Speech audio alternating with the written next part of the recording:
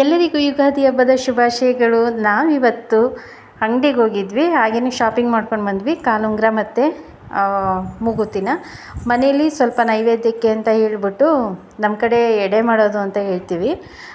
ನೈವೇದ್ಯಕ್ಕೋಸ್ಕರ ಒಂದು ಸ್ವಲ್ಪ ಪಾಯಸ ಮಾಡಿ, ಅನ್ನ ಸಾಂಬಾರು ಮಾಡಿ ಎಡೆ ಹಾಕಿದೆ.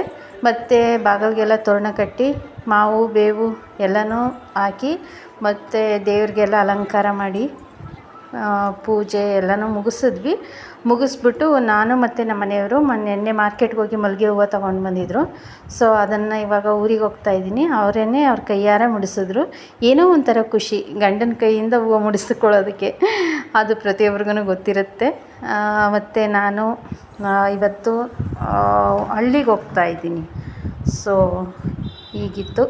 ನಾವಿಬ್ಬರೂ ರೆಡಿ ಆಗಿಬಿಟ್ಟು ಹಾಗೆಯೇ ಊರಿಗೆ ಹೋದ್ವಿ. ಊರಲ್ಲೂ ಪೂಜೆ ಎಲ್ಲನೂ ಮುಗಿಸಿ, ಅಲ್ಲಿ ನಾಗರನ್ನ ನಾವು ವರ್ಷದಲ್ಲಿ 2 ಸಲ ಮಾಡ್ತಾರಂತೆ.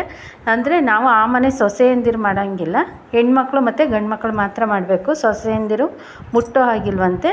ಹಾಗಾಗಿ ನಮ್ಮ ಮನೆಯವರೇ ಅದು ಏನೇನು ಬೇಕು ಎಲ್ಲನೂ ಪ್ರಿಪ್ರೇಷನ್ ಎಲ್ಲನೂ ಮಾಡ್ಕೊಳ್ತಾಯಿದ್ರು.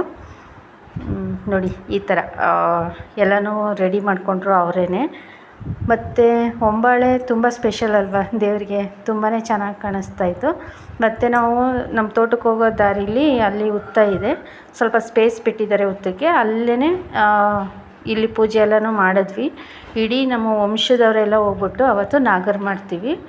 ಸೊ ಮತ್ತು ಗುಡ್ಡೆ ಪೂಜೆ ಅಂತ ಹೇಳ್ತೀವಿ, ಅಂದರೆ ಸಮಾಧಿ ಪೂಜೆನ ಇವರು ಗುಡ್ಡೆ ಪೂಜೆ ಅಂತಾರೆ. ಸೊ ಹಾಗಾಗಿ ಅಲ್ಲೂ ತಾತ ಅಜ್ಜಿದನ್ನೆಲ್ಲನೂ ಪೂಜೆ ಮಾಡಿಕೊಂಡು, ಮತ್ತು ನೋಡಿ ಇವರೆಲ್ಲ ನಮ್ಮ ಓರ್ಗಿತ್ತಿರು, ನಮ್ಮ ಭಾವ, ನಮ್ಮ ದೊಡ್ಡ ಭಾವ, ನಮ್ಮ ಚಿಕ್ಕ ಭಾವ ಮತ್ತು ಅವ್ರ ಮಕ್ಕಳು, ನಮ್ಮ ದೊಡ್ಡ ಮಾವ ಮತ್ತು ನಮ್ಮ ಚಿಕ್ಕ ಮಾವ ಇವರು, ಮತ್ತು ಇವರು ನಮ್ಮ ದೊಡ್ಡ ಭಾವನ ಮಗಳು. ಹಾಗೆಯೇ ತೋಟದ ಕಡೆಗೆ ಹೋಗ್ಬಿಟ್ಟು ತಿರುಗಾಡ್ಕೊಂಡು ಒಂದು ಸ್ವಲ್ಪ ಹೊತ್ತು ಟೈಮ್ ಸ್ಪೆಂಡ್ ಮಾಡಿ ಹಾಗೆಯೇ ಬಂದ್ವಿ. ಮತ್ತು ನಮ್ಮ ಮನೆಗೆ ಬಂದ್ವಿ ಸಿಟಿಗೆ.